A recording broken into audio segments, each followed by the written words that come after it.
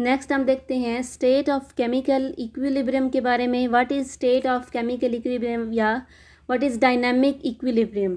इसकी एक डेफिनेशन आप ये कर सकते हैं, at equilibrium concentrations of reactants and products become constant. Constant का मतलब है कि उनमें चेंज आना बंद हो जाता है। जितनी अमाउंट रिएक्टेंट्स की है वो उतनी ही रहती है और जितनी अमाउंट प्रोडक्ट्स की होगी वो उतनी रहेगी। एक स्टेज के बाद ना रिएक्टेंट्स की अमाउंट चेंज होगी और ना ही प्रोडक्ट्स की अमाउंट चेंज होगी। दोनों की जो कंसंट्रेशन अमाउंट्स को कहते हैं, दोनों की कंसंट्रेशंस कांस्टेंट हो जाएंगी। तो एक डेफिनेशन आप ये कर सकते हैं, concentration of reactants and products become constant. और सेकंड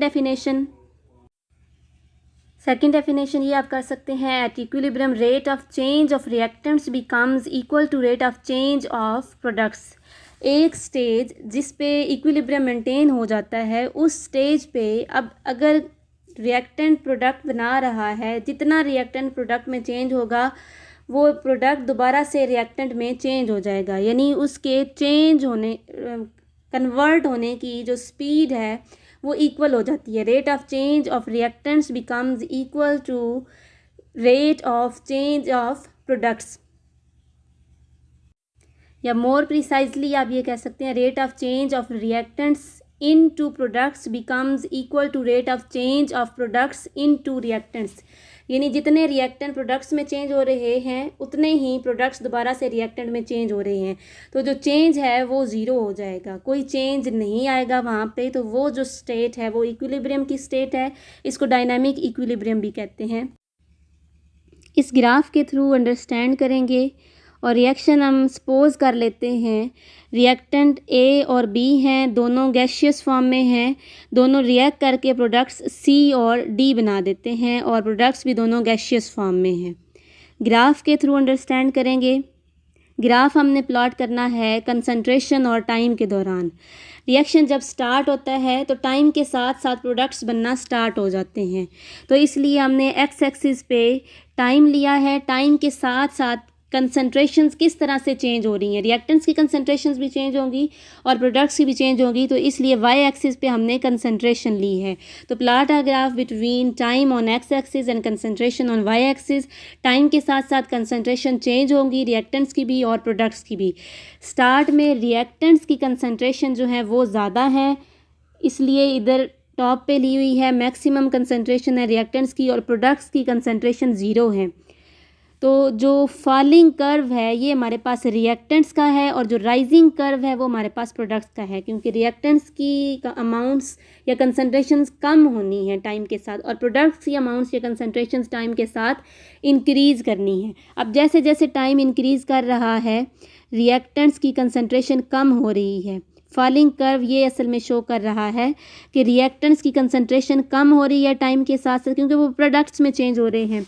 और कम होते होते एक पॉइंट पे आकर जब वो बहुत कम हो गई है टोटली, उसके बाद वो कांस्टेंट हो जाती है। अब उसके डिक्रीज़ होना ख़त्म हो गया है, वो कांस्टेंट हो गई है।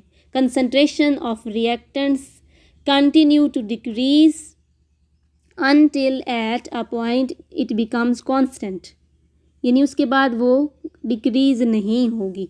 इसी तरह स्टार्टिंग में जो प्रोडक्ट्स हैं उनकी कंसंट्रेशन ज़ीरो है, यहाँ पे प्रोडक्ट्स की कंसंट्रेशन ज़ीरो है।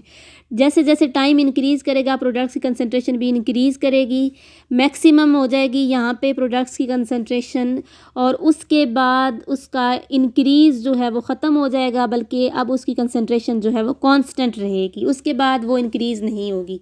एक ऐसा पॉइंट जिसके बाद रिएक्टेंट्स की कंसंट्रेशन मज़ीद डिक्रीज़ नहीं होगी और प्रोडक्ट्स की कंसंट्रेशन मज़ीद इंक्रीज़ नहीं होगी, उस पॉइंट को हम इक्विलिब्रियम पॉइंट कहते हैं। ये वाला पॉइंट जहाँ पे कंसंट्रेशंस कांस्टेंट हो गई हैं उस पॉइंट को इक्विलिब्रियम पॉइंट कहते हैं। इस पॉइंट के बाद अगर कोई रिएक्टेंट प्रोडक्ट में चेंज होता भी है तो वो दोबारा से रिएक्टेंट में चेंज हो जाएगा, तो इस तरह चेंज नहीं आएगा।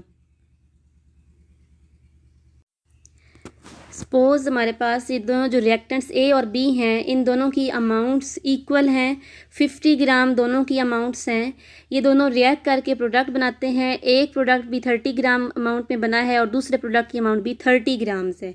इस तरह जो रिएक्टेंट्स हैं उनकी अमाउंट्स 20 ग्राम्स बच जाती हैं और प्रोडक्ट्स हमारे पास 30 ग्राम्स है। इक्विलिब्रियम यहाँ पर इस पॉइंट पे इक्विलिब्रियम मेंटेन हो चुका है।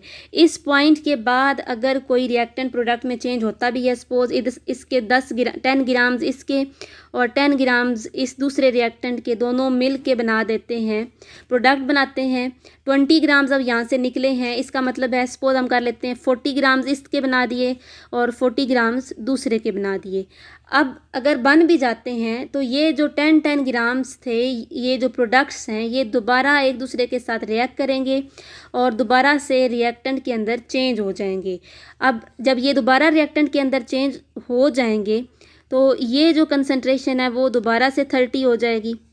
इसी तरह ये वाली जो कंसंट्रेशन है वो दोबारा से 30 हो जाएगी। और जब ये दोबारा से प्रोडक्ट्स रिएक्टेंट में चले जाएंगे, पहले उनकी अमाउंट 10 ग्राम्स रह गई थी, अब दोबारा से वो 20 ग्राम हो जाएगी। तो ये वाला प्रोसीजर चलता रहे। इक्विलिब्रियम के बाद अगर कोई रिएक्टेंट प्रोडक्ट में चेंज होता भी है तो वो अमाउंट दोबारा से रिएक्टेंट में चेंज हो जाती है। इसलिए जितना रिएक्टेंट होगा वो उतना ही रहेगा, जितना प्रोडक्ट होगा उस पॉइंट के बाद वो उतना ही रहेगा, उनकी कंसंट्रेशंस चेंज नहीं होगी। जब चेंज होना ख़त्म हो जाता है तो हम कहते हैं कंसंट्रेशंस कांस्टेंट हो गई हैं, कंसंट्रेशन ऑफ रिएक्टेंट्स और प्रोडक्ट्स कांस्टेंट हो गई हैं, या rate of change of reactants into products becomes equal to rate of change of products into reactants. This state is called state of dynamic equilibrium. इसको dynamic इसलिए कहते हैं क्योंकि चेंज हो तो रहा, रिएक्शन हो तो रहा है, रिएक्टेंट प्रोडक्ट्स में चेंज हो रहे हैं, प्रोडक्ट्स रिएक्टेंट में चेंज हो रहे हैं, वहाँ पर रिएक्शन हो रहा है, लेकिन ओवरऑल चेंज जो है वो ज़ीरो हो जाता है, इसलिए उसको डायनामिक इक्विलिब्रियम कहते हैं। एक चीज़ होती है स्टैटिक। स्टैटिक का मतलब होता है कंप्लीटली रिएक्शन स्टॉप कर जाना, कोई वहाँ पर अंदर रिएक्शन जब हो ही ना रहा हो, ना कोई रिएक्टेंट प्रोडक्ट बन रहा हो, ना कोई प्रोडक्ट रिएक्टेंट में चेंज हो रहा हो, तो उस केस में हम कहेंगे कि वहाँ पर स्टैटिक इक्विलिब्रियम मेंटेन हो गया है। इन दोनों कंडीशंस को अब हमने देखना है कि स्टैटिक इक्विलिब्रियम मेंटेन होता है या डायनामिक इक्विलिब्रियम मेंटेन होता है। ये एग्जांपल जो हमने ली है इसमें हमने रिएक्टेंट्स और प्रोडक्ट्स को सपोज किया है। अब एक स्पेसिफिक एग्जांपल ले लेते हैं हाइड्रोजन और आयोडीन की। हाइड्रोजन गैस की फॉर्म में होती है और आयोडीन भी गैस की फॉर्म में होती है। यानी आयोडीन वैसे तो सॉलिड होती है, लेकिन यहाँ पर आयोडीन को वेपर्स फॉर्म में चेंज किया है, यानी गैसियस फॉर्म में चेंज किया है। Hydrogen reacts with iodine, reaction is reversible और हाइड्रोजन आयोडाइड बन जाती है। हाइड्रोजन आयोडाइड भी गैस है, रिएक्शन 425 डिग्री सेंटीग्रेड टेम्परेचर पे होता है। अब रिएक्टेंट्स जो हैं वो प्रोडक्ट्स में चेंज होंगे। जब इक्विलिब्रियम मेंटेन हो जाएगा तो उसके बाद प्रोडक्ट्स दोबारा से रिएक्टेंट्स में चेंज होना स्टार्ट हो जाएंगे और दोनों की जो कंसंट्रेशंस हैं वो कांस्टेंट हो जाएंगी। इसके लिए भी हम ग्राफ के थ्रू इसको भी अंडरस्टैंड करेंगे। ग्राफ हमने प्लॉट करना है टाइम ऑन एक्स एक्सिस और between time on X axis and concentration on Y axis. Zero जो अमाउंट है वो प्रोडक्ट्स की होती है स्टार्टिंग में, और स्टार्टिंग में रिएक्टेंट्स की अमाउंट जो है वो ज़्यादा होती है। जितनी भी अमाउंट की जितनी भी कंसंट्रेशन होगी वो हमने इधर ले लेनी है। अब रिएक्टेंट्स की कंसंट्रेशन स्टार्ट में ज़्यादा है, हाइड्रोजन गैस और आयोडीन गैस दोनों की कंसंट्रेशन ज़्यादा है। जैसे जैसे टाइम इंक्रीज़ करता है रिएक्टेंट्स की अमाउंट या कंसंट्रेशन कम होना स्टार्ट हो जाती है और इस पॉइंट पे आके वो कांस्टेंट हो जाती है, एक्स एक्सिस के पैरेलल हो जाती है। और इसी तरह प्रोडक्ट्स की अमाउंट या कंसंट्रेशन स्टार्टिंग में ज़ीरो है, जैसे जैसे टाइम इंक्रीज़ करता जाता है प्रोडक्ट्स की कंसंट्रेशन इंक्रीज़ करती जाती है और एक पॉइंट पे आके वो उसका जो इंक्रीज़ है वो ख़त्म हो जाता है और वो कांस्टेंट हो जाती है और टेम्परेचर एक्सिस के इक्वल हो जाती है। प्रोडक्ट हाइड्रोजन आयोडाइड है और रिएक्टेंट्स हाइड्रोजन गैस और आयोडीन गैस हैं। और ये वाला जो पॉइंट होगा इसको इक्विलिब्रियम, इस टाइम, ये इक्विलिब्रियम टाइम है, टी इक्विलिब्रियम से इसको डिनोट किया गया है। इस स्टेट को इक्विलिब्रियम स्टेट या dynamic state of dynamic equilibrium कहते हैं, जिस पे कंसंट्रेशंस कांस्टेंट हो गई हैं। इक्विलिब्रियम पोजीशन या स्टेट में तीनों चीज़ें मौजूद होती हैं। अगर हम इस रिएक्शन को स्टडी करें तो उसमें हाइड्रोजन गैस भी मिलेगी, आयोडीन गैस भी मिलेगी और हाइड्रोजन आयोडाइड गैस भी मिलेगी। तीनों जो कंस्टिट्यूएंट्स हैं ये हमें इक्विलिब्रियम स्टेज पे मिलते हैं। अगर हम सेम इसी तरह से हाइड्रोजन आयोडाइड की ब्रेक डाउन करवाएं और ब्रेक डाउन करवा के इसको हाइड्रोजन गैस और आयोडीन गैस में चेंज करें, इक्विलिब्रियम पॉइंट पे ये दोनों रिएक्शंस बिल्कुल सेम हो जाएंगे। पहले तो डिफरेंट हैं। इस केस में हम हाइड्रोजन को आयोडीन के साथ रिएक्ट करके हाइड्रोजन आयोडाइड बना रहे हैं। इस केस में हम हाइड्रोजन आयोडाइड की डीकम्पोजिशन करवा रहे हैं और डीकम्पोजिशन के बाद वो हाइड्रोजन और आयोडीन में चेंज हो रही है। दोनों एक दूसरे के बिल्कुल रिवर्स हैं।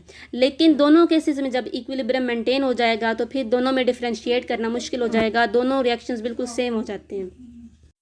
ऐसे रिएक्शंस को स्टडी करने के बाद जब एक पॉइंट के बाद रिएक्टेंट्स और प्रोडक्ट्स की जो कंसंट्रेशंस हैं उनमें चेंज ही नहीं आ रहा था, तो दो तरह की जो कंडीशंस हैं उनको कंसीडर किया गया। एक, या तो टोटली रिएक्शन स्टॉप कर गया है जिसकी वजह से रिएक्टेंट्स और प्रोडक्ट्स की कंसंट्रेशंस चेंज ही नहीं हो रही, या फिर रिएक्टेंट्स और प्रोडक्ट्स की जो कंसंट्रेशंस हैं वो एक जितनी चेंज हो रही हैं। जितना रिएक्टेंट प्रोडक्ट में चेंज होता है उतना ही प्रोडक्ट जो है वो रिएक्टेंट में चेंज हो जाता है। तो ये दो केसेस जो हैं इनको डिस्कस किया गया और यूनिवर्सली एक्सेप्टेड जो केस है वो सेकंड वाला केस है। पहले वाला केस ये था कि रिएक्शन बिल्कुल स्टेशनरी हो गया है, स्टैटिक हो गया है, उसमें कोई चेंज नहीं आ रहा। दूसरे वाला केस होगा जब रिएक्टेंट्स और प्रोडक्ट्स की जो कंसंट्रेशंस हैं उन जो चेंज है, जो रेट ऑफ कंसंट्रेशन चेंज का है रिएक्टेंट्स का प्रोडक्ट्स में चेंज होने का और प्रोडक्ट्स का रिएक्टेंट्स में चेंज होने का, वो इक्वल हो गया है। ये यूनिवर्सली एक्सेप्टेड है, इसलिए हम इसको डायनामिक इक्विलिब्रियम कहते हैं, स्टेट ऑफ डायनामिक इक्विलिब्रियम।